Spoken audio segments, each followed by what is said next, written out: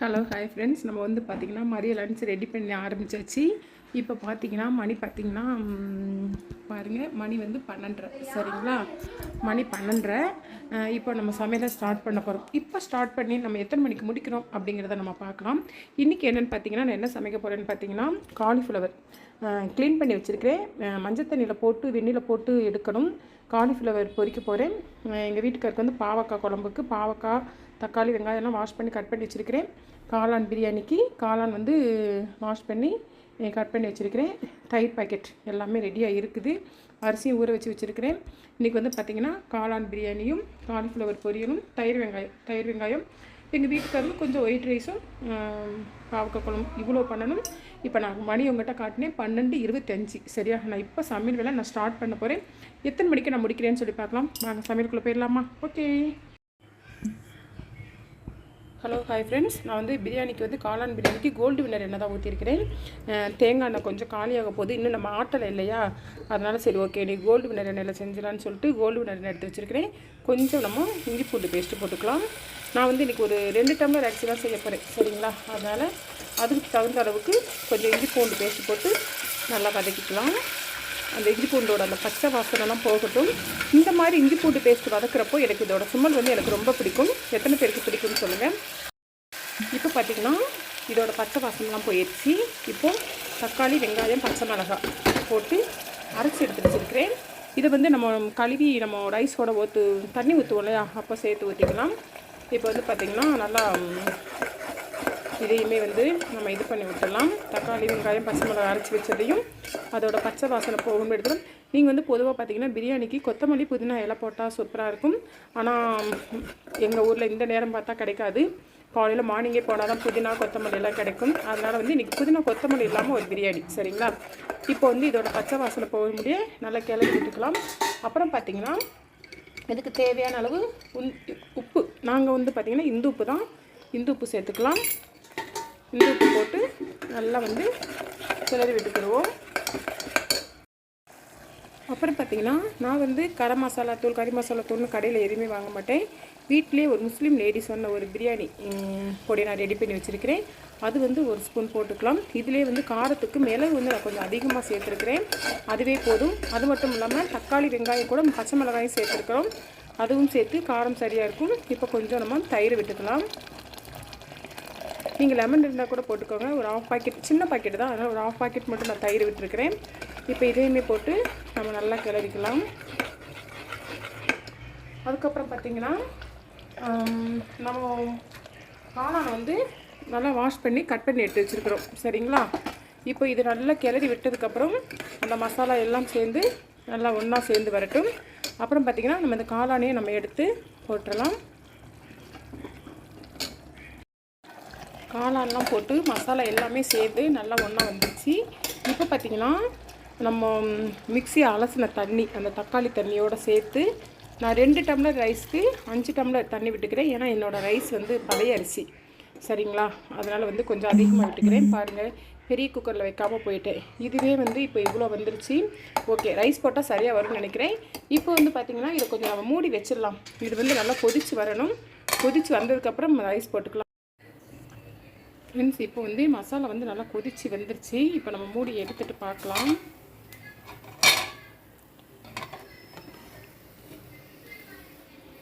பார்த்திங்கன்னா நல்லா கொதிச்சிருச்சு. இப்போ வந்து நம்ம ரைஸ் போட்டுடலாம். இப்போது ரைஸ் போட்டு நல்லா ஒரு கிளறி நம்ம குக்கரை வந்து மூடி வச்சாச்சு. இது வந்து பார்த்திங்கன்னா நல்லா விசில் வரட்டும். விசில் வந்ததுக்கப்புறம் பிரியாணி எப்படி இருக்குன்னு பார்க்கலாம். இப்போ அடுத்த வேலையை நம்ம பார்த்துடலாம்.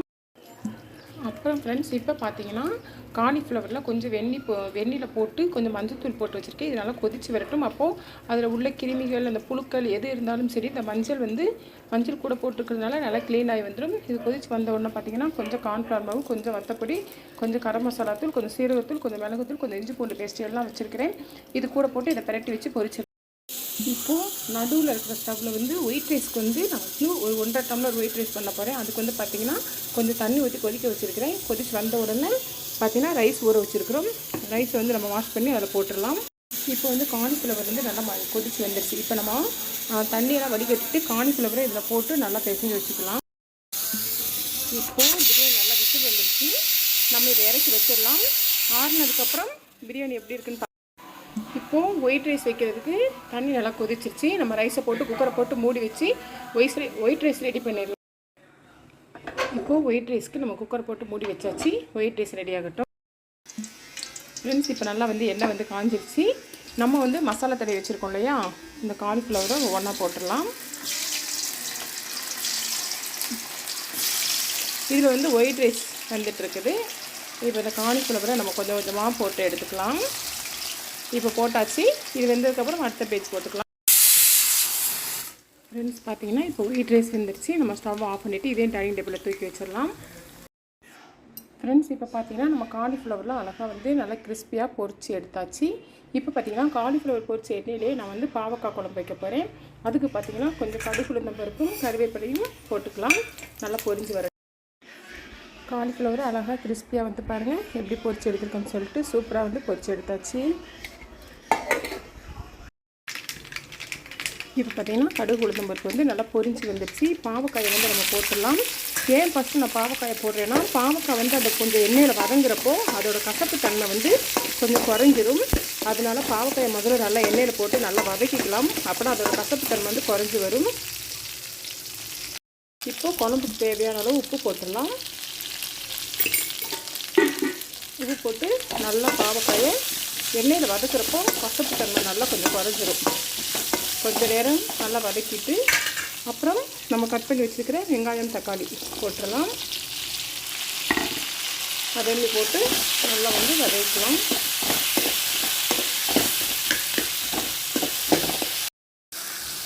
இப்போ பார்த்திங்கன்னா தக்காளி வெங்காயம் எல்லாம் ஓரளவு வந்து நல்லா மசிஞ்சு வந்துருச்சு.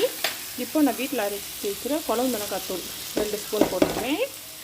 இப்போ இதை வந்து லேசாக எண்ணெயிலே வதக்கிடலாம். வதக்கிட்டு அப்புறமேட்டு கொஞ்சம் தண்ணி ஊற்றிக்கலாம்.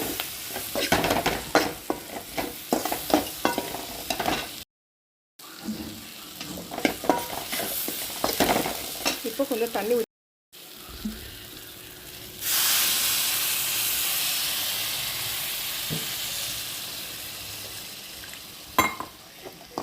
நல்லா அந்த மசாலா வந்து நல்லா கொதித்து வரட்டும். கொதித்து வந்ததுக்கப்புறம் கடைசியாக நம்ம ஒரு 2 பொருள் இதில் சேர்க்கணும். இதை நல்லா கொதித்து வரட்டும். ஃப்ரெண்ட்ஸ், இப்போ பார்த்தீங்கன்னா பாருங்கள் மசாலா வந்து நல்லா கொதித்து வந்துடுச்சு. ஐயோ, உங்களுக்கு அந்த ஆவி அடித்ததில் கொஞ்சம் பிர்ராக தெரியும். மசாலா வந்து நல்லா கொதித்து வந்துடுச்சு. இப்போ பார்த்தீங்கன்னா நான் கொஞ்சம் புளி கரைச்சி எடுத்து வச்சுருக்கிறேன். இப்போ அதையும் நம்ம ஊற்றிடலாம். இப்போ வந்து புளி கரைசலும் சேர்த்து எல்லாம் ஒன்றா சேர்ந்து கொதித்து வரட்டும். கடைசியாக ஃபைனலாக இதில் ஒரே ஒரு பொருள் மட்டும் சேர்க்கணும். அது என்னங்கிறத கடைசியில் பார்க்கலாம். ஃப்ரெண்ட்ஸ், இப்போ பிரியாணியோட விசில் இறங்கிடுச்சு. வாங்க எப்படி இருக்குன்னு பார்க்கலாம். பிரியாணி வந்து பார்த்திங்கன்னா சூப்பராக வந்திருக்கு. நம்ம வந்து காளான்லாம் வந்து பார்த்திங்கன்னா நல்லா வந்து நல்லா சூப்பராக வந்துருச்சு. பாருங்கள், நம்மளோட காளான் பிரியாணி வந்து ரெடி. நம்ம சாப்பிட்றப்போ இப்போ வந்து பார்த்திங்கன்னா கொஞ்சம் இதாக தான் இருக்கும். சாப்பிட்றப்போ வந்து பார்த்திங்கன்னா நல்லா கொஞ்சம் பொழுன்னு வந்துடும். ஓகே ஃப்ரெண்ட்ஸ், அவ்வளோதான். இன்றைக்கி நம்ம காளான் பிரியாணி ரெடி ஆயிடுச்சு. நான் வந்து இப்படி தான் செய்வேன். அது இல்லாமல் இன்றைக்கி நான் குயிக்கான முறையில் செஞ்சுட்டேன். நம்மக்கிட்ட வந்து ஃப்ரெஷ்ஷாக புதினா மல்லி இலை இருந்தது அப்படின்னா இன்னும் போட்டு செஞ்சோம் அப்படின்னா சூப்பராக இருக்கும். இது மேலே வந்து கொஞ்சம் நெய் ஊற்றினா இன்னும் சூப்பராக இருக்கும். Okay friends, okay bye. நான் எந்த மாதிரி காளான் பிரியாணி செஞ்சுருக்கிறேன் அப்படிங்கிறது உங்களுக்கு தெரியும். நீங்கள் எந்த மாதிரி செய்வீங்க அப்படிங்கிறத கமெண்டில் சொல்லுங்கள். Okay friends, okay bye. Friends, இப்போ வாங்க பார்க்கலாம். புளி தண்ணி எல்லாமே ஒன்றா வந்து மிக்ஸ் ஆகி நல்லா சூப்பராக வந்து நல்லா அழகாக ஜம்முன்னு ஒரு வாசம் வருது.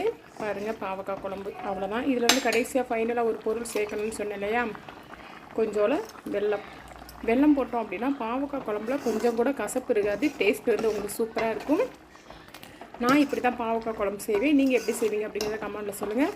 அவ்வளோதான். இன்னும் இந்த வெல்லம் வந்து லேசாக கரைஞ்ச உடனே நமக்கு ஃப்ரெஷ்ஷான மல்லி இலை கருவேப்பிலை இருந்தது அப்படின்னா தூவி இறக்கிடலாம். நீங்கள் எப்படி பாவக்காய் குழம்பு செய்வீங்க அப்படிங்கிறத மறக்காமல் கமெண்டில் சொல்லுங்கள். Okay friends, okay bye. Hello hi friends, நான் வந்து பிரியாணிக்கு வந்து காளான் பிரியாணிக்கு கோல்டு விலை தான் ஊற்றிருக்கேன். தேங்காய் எண்ணெய் கொஞ்சம் காலியாக போது இல்லை நம்ம ஆட்டல் இல்லையா, அதனால சரி ஓகே நீ கோல்டு விலை எண்ணெய் செஞ்சிடலான்னு சொல்லிட்டு கோல்டு விலை எடுத்து வச்சிருக்கேன். கொஞ்சம் நம்ம இஞ்சி பூண்டு பேஸ்ட் போட்டுக்கலாம். நான் வந்து இன்றைக்கி ஒரு 2 டம்ளர் ஆக்சுவலாக செய்ய போகிறேன் சரிங்களா. அதனால் அதுக்கு தகுந்த அளவுக்கு கொஞ்சம் இஞ்சி பூண்டு பேஸ்ட் போட்டு நல்லா வதக்கிக்கலாம். அந்த இஞ்சி பூண்டோட பச்சை வாசனைலாம் போகட்டும். இந்த மாதிரி இஞ்சி பூண்டு பேஸ்ட் வதக்கிறப்போ எனக்கு இதோட ஸ்மெல் வந்து எனக்கு ரொம்ப பிடிக்கும். எத்தனை பேருக்கு பிடிக்கும்னு சொல்லுங்கள். இப்போ பார்த்தீங்கன்னா இதோட பச்சை வாசனைலாம் போயிடுச்சு. இப்போ தக்காளி வெங்காயம் பச்சை மிளகாய் போட்டு அரைச்சி எடுத்து வச்சுருக்கேன். இதை வந்து நம்ம கழுவி நம்ம ரைஸோட தண்ணி ஊற்றுவோம் இல்லையா, அப்போ சேர்த்து ஊற்றிக்கலாம்.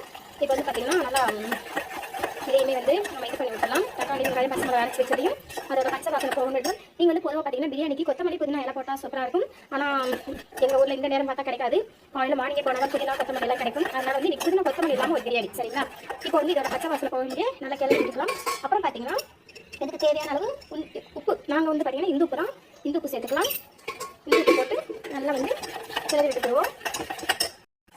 அப்புறம் பார்த்தீங்கன்னா நான் வந்து கரம் மசாலா தூள் கறி மசாலா தூள் கடையில் எதுவுமே வாங்க மாட்டேன்.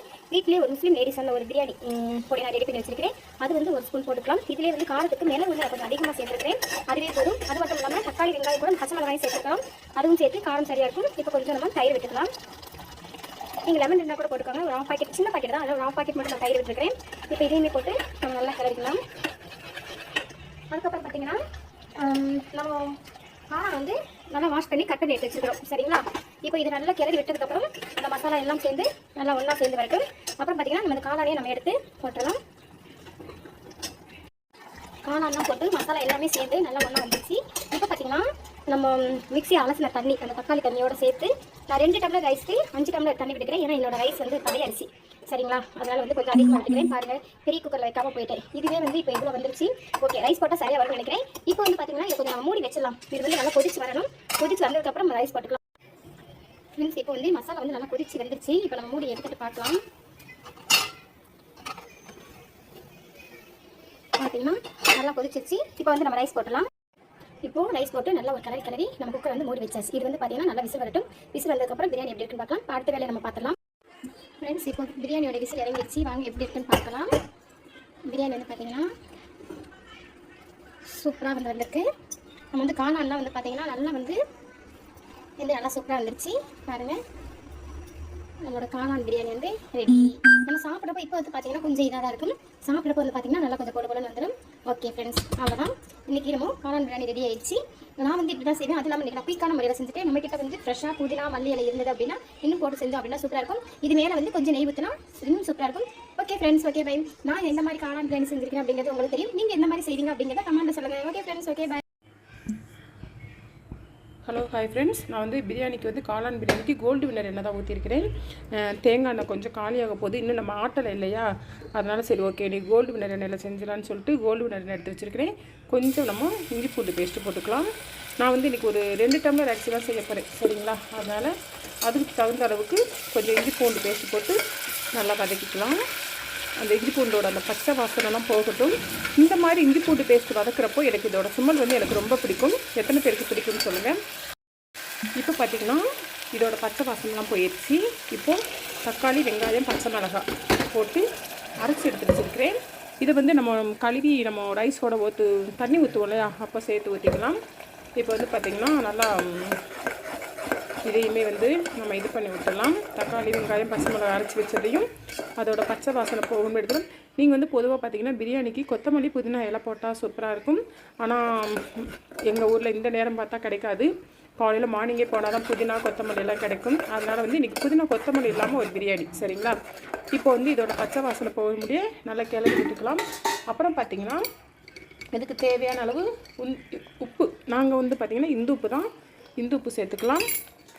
இந்து உப்பு போட்டு நல்லா வந்து கிளறி விட்டுக்கிடுவோம்.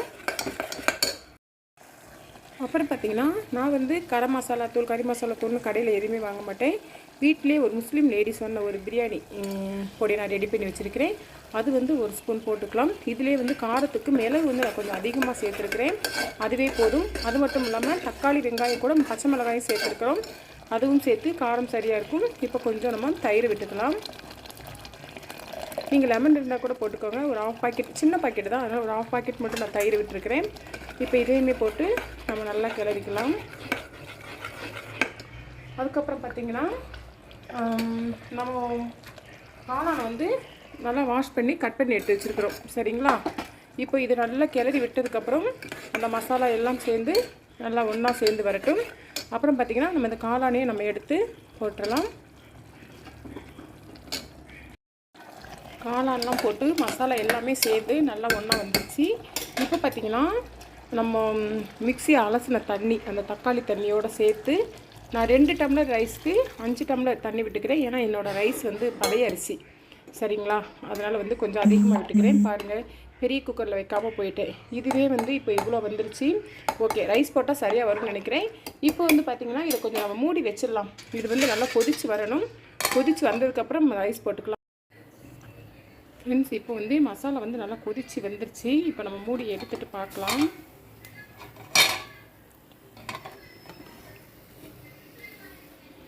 பார்த்தீங்கன்னா நல்லா கொதிச்சிருச்சு. இப்போ வந்து நம்ம ரைஸ் போட்டுடலாம். இப்போது ரைஸ் போட்டு நல்லா ஒரு கிளறி நம்ம குக்கரை வந்து மூடி வச்சாச்சு. இது வந்து பார்த்திங்கன்னா நல்லா விசில் வரட்டும். விசில் வந்ததுக்கப்புறம் பிரியாணி எப்படி இருக்குன்னு பார்க்கலாம். இப்போ அடுத்த வேலையை நம்ம பார்த்துடலாம். ஃப்ரெண்ட்ஸ், இப்போ பிரியாணியோட விசில் இறங்கிருச்சு. வாங்க எப்படி இருக்குன்னு பார்க்கலாம். பிரியாணி வந்து பார்த்திங்கன்னா சூப்பராக வந்திருக்கு. நம்ம வந்து காளான்லாம் வந்து பார்த்திங்கன்னா நல்லா வந்து நல்லா சூப்பராக வந்துருச்சு. பாருங்கள், நம்மளோட காளான் பிரியாணி வந்து ரெடி. நம்ம சாப்பிட்றப்போ இப்போ வந்து பார்த்திங்கன்னா கொஞ்சம் இதாக தான் இருக்கும். சாப்பிட்றப்போ வந்து பார்த்திங்கன்னா நல்லா கொஞ்சம் பொழுன்னு வந்துடும். ஓகே ஃப்ரெண்ட்ஸ், அவ்வளோதான். இன்றைக்கி நம்ம காளான் பிரியாணி ரெடி ஆயிடுச்சு.